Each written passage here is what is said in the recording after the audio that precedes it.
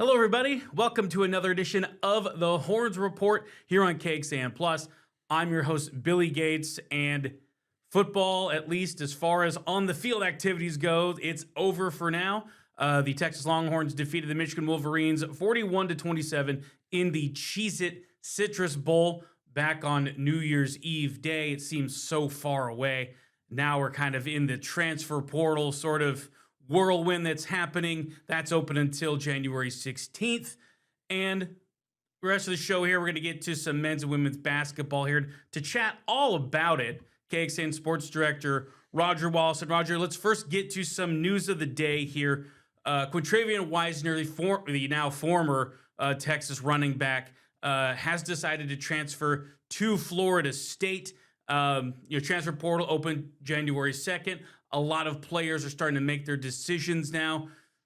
Kind of seems a little bit surprising considering where Florida State's at with their program, having gone 7-17 the past two seasons. What do you make of this move, Roger? Well, I think all you have to do is go back to what Coach Sark talked about at the Citrus Bowl press conference, and that is that, you know, he's going to be asked about money from players' agents, and he's going to say, I don't have that money.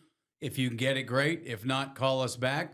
Clearly, Trey Wisner practiced with the Longhorns leading up to their break before the holiday, and then they got back together to go to Orlando and made the decision to enter the portal.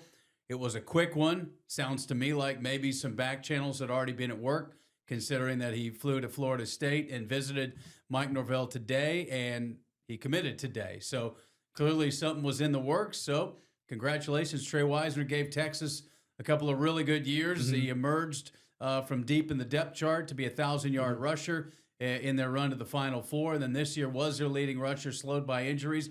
Had big games, though, in big games. Ohio State, he was solid on the ground. Oklahoma, of course, and Texas A&M. But for some reason or another, he decided that he wanted to take a look elsewhere. You can only guess that money was a big part of it. Right. So he goes to Tallahassee, and the Longhorns obviously want to make some damage in the transfer portal when it comes to running back. And how about Christian Clark? I'm curious what Trey Wisner was thinking if he watched that game, watching Christian Clark rush for over 100 yards against pretty good Michigan defense. Yeah. No, Christian Clark looked really, really good. I think he, you know how we say that, like, outgoing seniors make a lot of money playing their last few games playing well. I think Christian Clark made some NIL money with that performance, perhaps. But let's have to see where the transfer portal stuff kind of shakes out. It's open for another couple weeks or so, so we'll see what happens. But Quintravian Wisner is headed to Florida State. It'll be interesting, Roger, if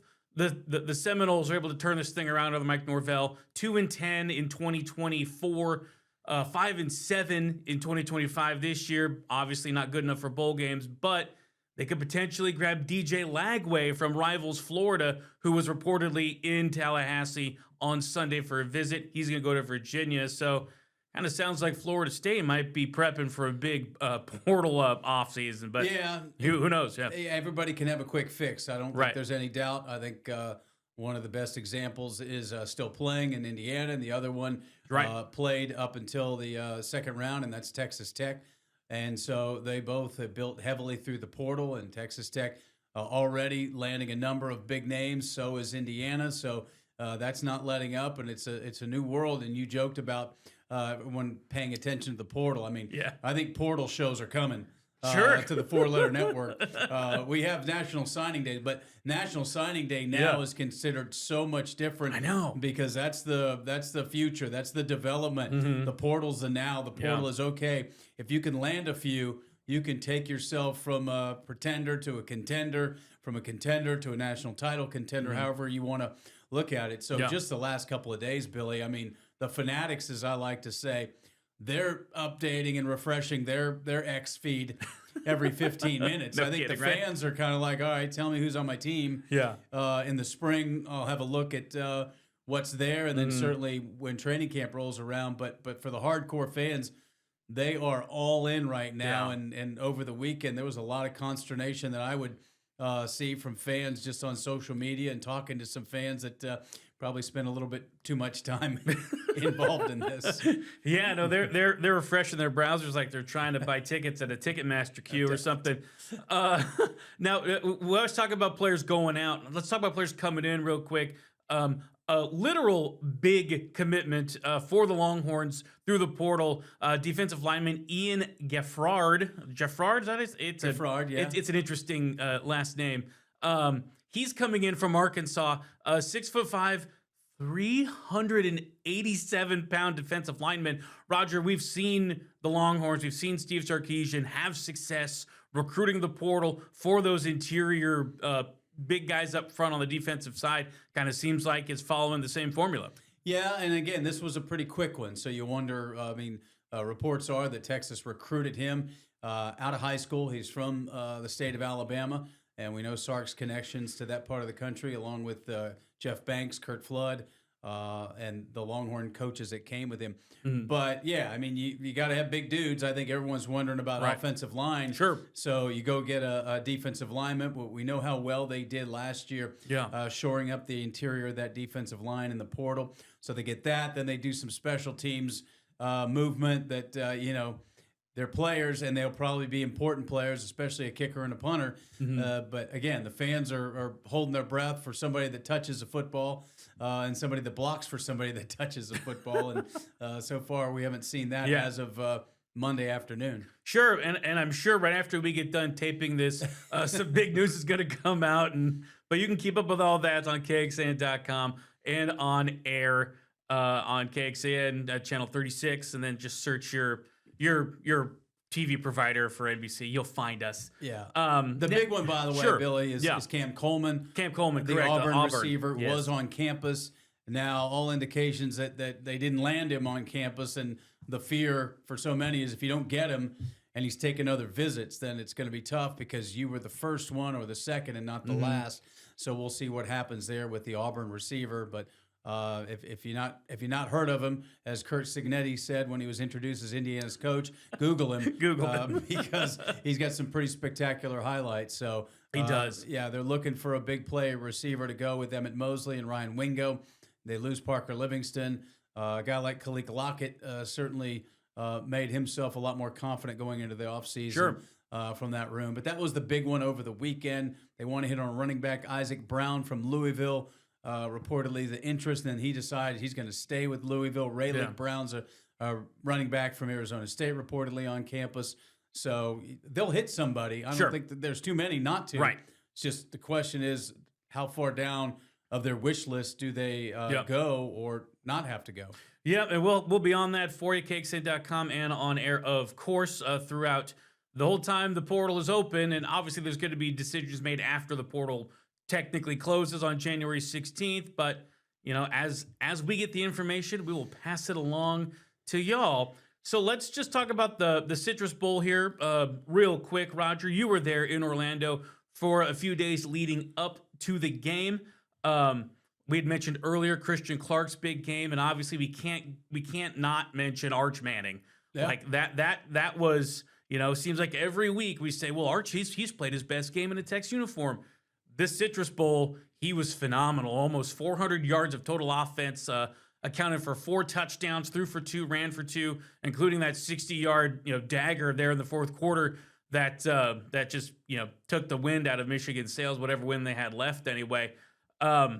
Just a really, really nice performance by Texas to end the year. Yeah, and that's gonna fuel the hype train even more. The quick response after the game on social media was what you might expect with Arch Manning, and the Heisman hype that's going to ramp up this time with a body of work to show, not just the 2 starts last year against Mississippi State and came in against UTSA and then ULM and Mississippi State. So that was great for him and for his confidence because he certainly played a big time ball game, made some big time throws. The Khalil Lockett play for the touchdown. That was a great throw, great catch. Yeah, all down around the sideline. He made some other off schedule plays, and then you're right, the run game. Whether it was a call, Sark called the run that went 60, the off schedule run for I believe it was 19 yards, and some other big first down pickups. Yeah. So yeah, I mean that's where it starts, right? In the offseason, you build around Arch Manning on offense, and number one's pretty good, Colin Simmons, on defense. But another guy like Anthony Smith, absolutely. I mean, he played a lot and he was productive this year, but that was at a different level with different responsibilities. He had the green dot, so he was the communicator for the defense and came up with the 2 big picks right there. Yeah. So yeah, as far as everybody can draw their own hypothesis on what it means in the big picture. I always say I don't think it means much for the team as much as players going into the offseason. Sure. But for Arch Manning, what a good taste he's got in his mouth heading into the offseason. They'll go back to work here before long individually and then as a team in spring practice. Yeah. Maybe OTAs is what we're going to call it. Yeah. But regardless, they did what they had to do. They didn't go down there and leave, with that 4th loss, and then it just doesn't feel quite as good going into the offseason. Yep, 3rd consecutive 10-win season for the Longhorns. First time that's happened since 07, 08, 09, so a big accomplishment there. They had talked about that, leading up, ever since right after the Texas A&M game got over with, leading up to the bowl game, they were always talking about, getting that 10th win, how much that would mean to the program. So good for them. Real on Arch Manning, some numbers from him: 21-34, 221 yards, 2 touchdowns, and then the 9 carries for 155 yards and 2 touchdowns. Christian Clark mentioned him earlier: 20 carries, 105 yards, and a touchdown on the ground. Now, Roger, we've been chatting about this pretty much almost every day, really, about how these non-CFP bowl games, how they've sort of fallen out of the public relevance, if you will, fallen out of the national picture. After listening to Steve Sarkisian talk about it following the big Citrus Bowl win, he's got a different opinion on it. So let's listen to Steve here talk about, do bowl games that aren't part of the CFP, do they still matter? So here's Steve. Well, I would say this, I don't think that the bowls are dumbed out. I think we have to reframe our picture of what the bowls are. For us today, I talked about, we had 9 starters that weren't even on our team by the time we kicked this ball off today, that either going to the NFL or decided to transfer. We had just about a little over 20 players that are no longer on our team. That doesn't mean that this game doesn't matter to these guys, but there's just new faces. And I think sometimes we have to reframe the narrative and the picture of what the bowl is. There's a bunch of guys in that locker room we're trying to go seize this opportunity and seize this moment individually so that we could seize the moment and seize the opportunity as a team. Now, there's going to be some teams that don't have the competitive spirit with guys like this. And that's on their bad. That's not about the way we operate. And so I thought Michigan, to their credit, they had a bunch of fight in them today too. I think they only had 3 opt-outs, and that's a credit to their coaching staff and to Biff and that organization for keeping that team together through some of their adversity too, and I credit them. They showed up ready to play today. And so all in all, I hope, and I can't wait to see the ratings from this game because, like I said, I think a lot of people watch this game today and we're tuned into a very exciting football game with 2 really good teams of very talented players. It's interesting, Roger, how Steve mentions the TV ratings at the end of that comment, because, honestly, at this point, that's kind of the only reason a lot of these bowls really exist. So ESPN Events, their event division, the worldwide leader in sports, they own the rights to 17 of those bowl games, I think. And, yep. They got that programming. And they got to have that programming. But the ratings, they aren't out yet, at least as far as Monday, they weren't. However, the ratings for the Pop-Tarts Bowl, which was put on by the same Florida Citrus Sports organization that the Cheez-It Citrus Bowl is being put on by, 8.7 million. It's the best it's done since a long time. So it's one of those things where, with 2 big brands like Texas and Michigan, there's probably 10 million viewers in there. Yeah, it's going to do well. It was on the main network. It wasn't on ESPN, so a little easier to find for the casual sports fan. But, that's what the bowl season is for ESPN. Yeah. It's inventory, it's programming. And no matter how much we, complain about too many bowl games, this and that, you got a 5-win team playing in a bowl game. If it's on, we're going to watch. If people aren't at work on New Year's Eve afternoon, they're going to turn it on and watch the game. And enjoy the game and then watch another game. So, yep, I get all that. And so, it's part of a weird postseason still in college football that's got a little bit more normal because of the playoff. Now I think they need to tighten up the schedule a little bit. But yeah, it's a necessary part of the season for a lot of people. And I think the players have a good time and they enjoy, if it depends on where you go too, Sure, right? yeah. Because they did get out and they do some stuff. We did our Horns report last week. I was in Orlando and the players had just gotten back from the Fun Spot America. Oh yeah. And everyone loves a good theme park. Yeah, and they got to do some stuff. And for the most part, it was nice weather. They get to stay in a really nice hotel for a few days. Now, if you're, some other teams and you get stuck in some places where it might not be as desirable, well, then it's, a little bit different. But it's not going away anytime soon. I don't think it's realistic to the people that say, oh, we'll put the bowl games at the beginning of the season, then you have some good matchups early. Well, that's all one weekend. Yeah. ESPN wants to, have inventory over the entire holiday season. Yeah, so they need that program for their dog days. Yeah, basically. Art said it best when asked about, his uncle was a 2-time MVP in this game, and he said, no offense to the Citrus Bowl, but I don't want to play in this game 2 times. Unless it's a college football playoff game, he wants to play in a different game in the postseason next year. Which who knows? Maybe if they expand next season, maybe another bowl. I don't know. Who knows? But they're renovating. They're making a big $400 million renovations to that Camping World Stadium in the hopes that it could get into the mix for that. And for some other events. So that if they go to 16 and they do all bowl games, I think more likely they would go all first round on campus. Sure. But certainly this would be one that would be an attractive addition to the rotation. I think San Antonio might be another one just because it's such a big event town and you've got a dome stadium. Yeah. Yep. They love that climate control stadium stuff there. We'll leave football there. Well, wait, we got to show this, right? Oh yeah, absolutely. I couldn't believe, official. Man, I brought that in there. Even with we got the logos and believe me, we were not short for Cheez-Its when we were in Orlando. They had a little cardboard stadium-looking thing with different flavors. And the buffalo wing Cheez-Its, Billy. You know me, I'm not a big foodie. Sure. That's for Noah and Levon and former KXAN sportscasters. But I will say those buffalo wing Cheez-Its were pretty tasty. Nice. That my wife could not stop talking about the different kind of Cheez-Its. She saw one of our photographers, Andy Way, who was there helping his dad out, Craig Way, with the radio broadcast, and he took a picture of just like this huge like football field sort of model. That's what with Cheez-Its. You can dig them out. And my wife is obsessed. She wants me to take that box back home with me. She's like, she had like this whole like Great Muppet caper plan for me to take the box.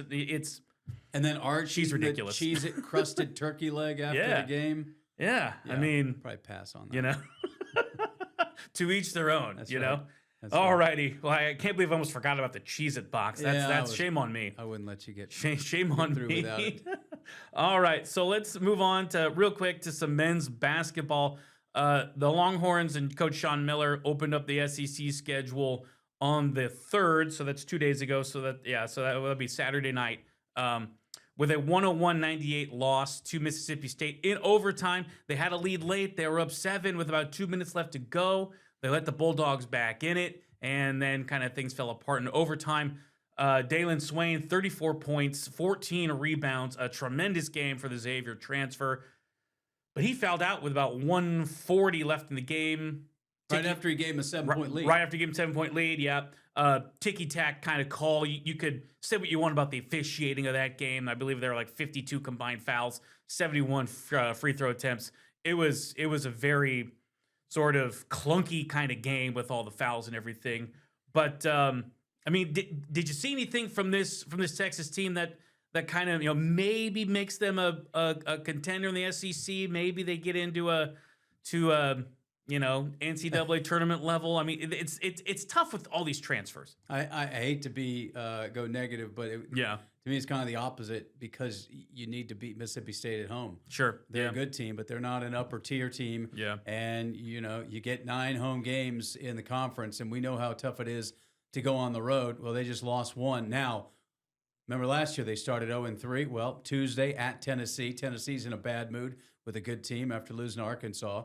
And then Saturday they go to Alabama. We know how good Alabama is. So a big upset, or you're 0-3 again if you're the Longhorns coming home to face the Aggies. And so last year they kind of overcame it. If you consider, making it into the first four, the play-in, however you want to call it. But I think it's going to be a tough road, and I think Sean Miller knows it's going to be a tough road. I think he's got a little bit of a frustrated relationship with his team because he's got some firepower. They score a lot of points, but they don't defend that well, and they foul too much, and they don't take care of the ball. They don't have he really was concerned about that 4 position, or we know it as the power forward, not getting a lot out of that. And Swain goes for 34, and he was a one-man wrecking crew. Modest Vokatitis does a nice job when he gets to the line, but too much inconsistency. And now, even though it's just one game, you've dug yourself a bit of a hole. And I think Sean Miller, one thing we've learned about him is he's going to tell it like he sees it, not going to pull any punches, kind of that old school approach to talking about his team with the media. Yeah, and a nice little segue to that because we've got Sean Miller being very candid after that game with reporters there. So have a listen to Sean here, and he's gonna shoot it to you straight. So here he is. Some of the plays that you referred to as stupid basketball plays, or the coverages that should have been done. Are those basketball IQ things on the players, or are those more teaching points for you and the staff? No, it's I think I told you guys, like a disciplined team, disciplined players. Coached by a disciplined coach and environment and staff. And we have to coach those guys better in those areas. Now, if I tell you not to cross the street, and I keep telling you, and I say, I swear, whatever you do not cross the street. And you do, and the bus hits you, I'm going to take responsibility as your parent.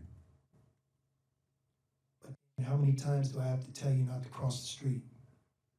We got some of that going on.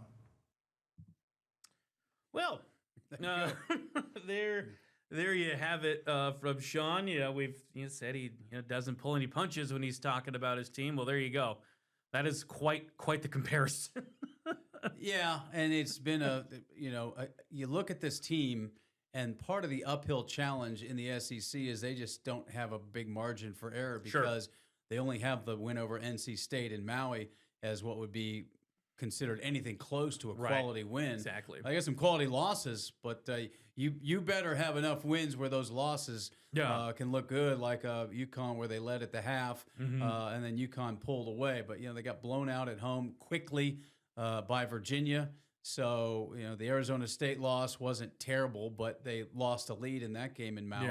So that's where the concern comes in, because now you're down to 17 SEC games. You got to find a way to win 8 of those. I think realistically, the conference isn't as good as last year, so 8 and 10 won't be viewed on as well as it was last year, and you don't have a couple of wins in your back pocket that you can call on. So it's going to be difficult. They're going to have to really win some games where you're going to go whoa, and we'll see if Jordan Pope can get it going offensively. Simeon Wilcher seems to have slid a little bit. Tremont Mark has been inconsistent. We saw him. He can take over a game at times. Swain's been the most consistent along with Vokatitis, but they just don't have enough guys. Cam Heide started, and he's been a no-show for a couple of ball games. So, we'll see if somehow in the middle of the season, where all they're doing right now, Billy, is playing games and then getting ready for games. That extended period where they go to work in the lab, that's over. They're traveling. They're coming home, and then they're getting ready to do it again. I mean, they're going to get home late Tuesday night, and they're going to have to get on an airplane again on Friday to go to Tuscaloosa. Yeah, and that's a tough stretch for the boys there. You mentioned Tremont Mark, 20 points against Mississippi State. Modest Vokatitis, 19 points, but as you said, 3 of 5 from the field. You don't want that from a 5 guy. And he's 13 of 18 from the line, so at least there's that. Moving on to the women's team before we sign off here. If you haven't been paying attention to this women's team, they're good. The undefeated 17-0. They beat Ole Miss 67-64. They led by double digits going into the fourth quarter. Ole Miss mounted a a tremendous comeback bid. They got within 3 a few times there in the fourth quarter, but the Longhorns able to hold them off. Jordan Lee, she is an incredible basketball player, Roger. Yeah, she's done what I think a lot of people expected. She's really taken that next step, and it started at the very end of last year, the freshman from Stockton, but she had 17. You think about that fourth quarter, Billy, when they let the lead slip away, and on consecutive possessions, Madison Booker hits a tough pull-up jumper. Mississippi comes down and scores, and then Jordan Lee hits an and one on a tough take, right-handed shot off glass from the left side. Ole Miss comes back and scores, and then Ashton Judd gets an and one too. So they answered the bell on 3 consecutive possessions. Still, Ole Miss had a shot to tie it. I don't think it would have counted had it gone in, but they did have a shot for a 3 with 0.7 to go. They're a really good team, and that's only the second really close game they played other than South Carolina. Now, they stumbled a little bit early against Missouri in that opener of the SEC on New Year's Day, but ended up winning pretty comfortably. Yeah, and I mean, anytime you win on the road like that Missouri win, you know, you get started a little bit slow, but you know, come back and figure it out. Any road win in the SEC is a great win.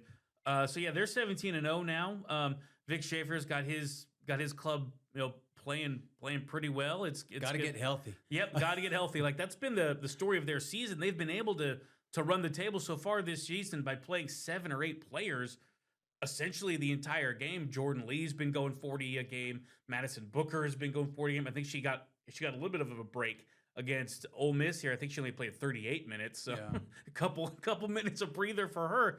But once they get Brianna Preston back, Ashton Judd is starting to get back in the fold. They need Taya Sidbury back. Yeah, they got Taya Sidbury and back. Aaliyah Crump. Boy, you hate it for her because as a freshman, all those games are so important because now she's going to come in off of a long recovery and go right into SEC play if she can get back anytime soon. And she was a 13-point scorer, very confident offensive player. But it's going to be a shock to the system when she comes back. And they get Auburn on Thursday, and you know, barring a really poor effort, they should take care of business. And then Sunday afternoon should be fun in Baton Rouge for Texas and Kim Mulkey and an LSU team that's 0-2 right now in conference play, which is weird to say. Weird to say, but yeah, no, that should be a good ball game. All right, well, we will leave this episode of the Horns Report here for now. Thank you so much for watching. We really appreciate it on KXAN.com and on Facebook where you'll see this. For Roger Wallace, I'm Billy Gates, and we'll talk to you again very soon.